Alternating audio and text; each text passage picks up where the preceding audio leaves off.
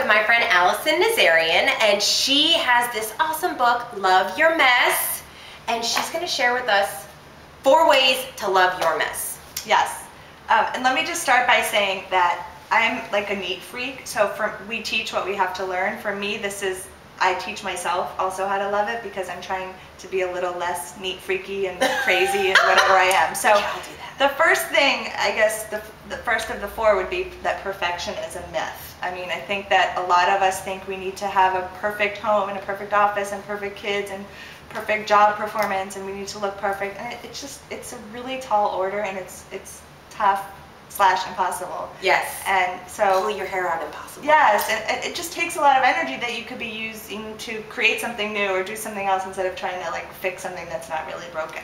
So that would be the first thing, that the perfection is a mess. And then the second, sort of along those lines, is about accepting sort of where you are, what's going on. I mean, we had a conversation right before this about things where we don't like uncertainty and we don't like having questions, or we want to know how things are going to turn out in our life. And sometimes that's just not possible. So we have to just kind of accept that, you know, this decision's messy right now, or this situation's messy, and that's okay. And we can still have fun and do all of our great work and keep living, and, you know, our head's not going to blow up. We don't like messy. Just accept it. No. The next one is letting go.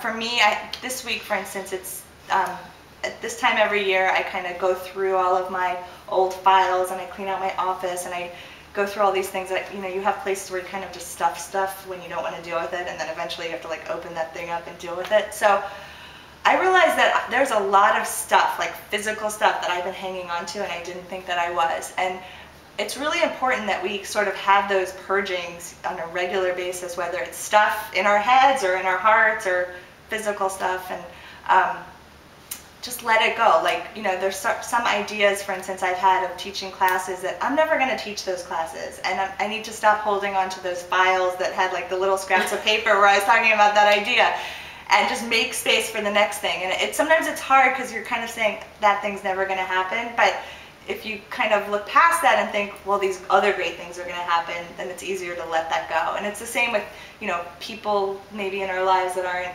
no longer working for us, those relationships or jobs or whatever it is that's not working for us. Let it go. Emotions, beliefs about ourselves, whatever. Can I just say, Yes. I literally just like went through my closet, took out a bunch of stuff, gave a bunch of stuff to my sister, bags. Once I started, it was so easy to get rid of stuff that I was holding on to, but once I started, I was like, oh, this is so awesome. I feel so, like I was feeling so like uplifted after getting rid of some of the things that I just had around. That's like therapy for me. Yes. Like if I'm feeling like whatever, I'll like go clean a closet and I feel like, I know. empty. I know, I'm like, new stuff can come in, new good stuff.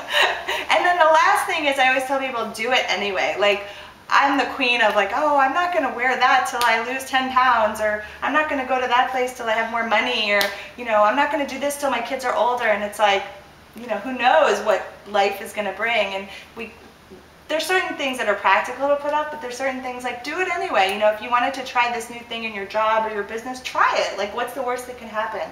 And a lot of times I think fear holds us back, and we call fear different things, like we have to lose the weight or have to stop smoking or whatever, but it's really just about fear. So I always tell people, you can do it anyway. Like, what's the worst that could happen? So it might be really messy. That's okay. Expect it and love it. Love your mess. That's right.